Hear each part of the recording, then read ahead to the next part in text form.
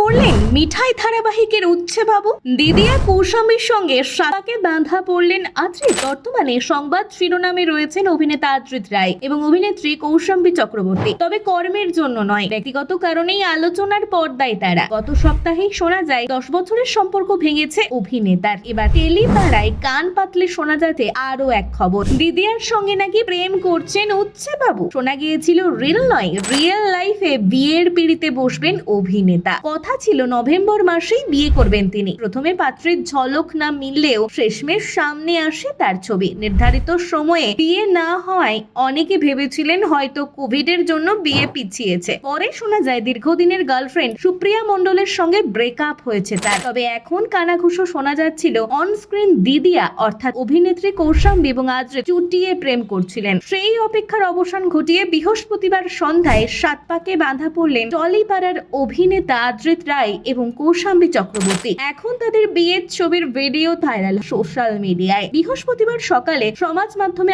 গায়ে হলুদের অনুষ্ঠানের ছবি ভাইরাল হয়। সন্ধ্যায় প্রকাশ্যে এলো বিয়ের ছবি। হাওড়ায় একটি ব্যাংকোয়েটে বসেছিল তাদের বিবাহ বাসর। আদ্রিত সম্প্রতি পাগল প্রেমিক ছবিটি শুটিং শেষ করেছেন। অন্যদিকে কৌশাম্বীকে দর্শক এখন ফুলকি ধারাবাহিকে দেখছেন। বিয়ের জন্য কাজ থেকে আপাতত দিন কয়েকের জন্য ছুটি নিয়েছেন আদ্রিত কৌশাম্বী। 11ই মে তাদের রিসেপশন পায়।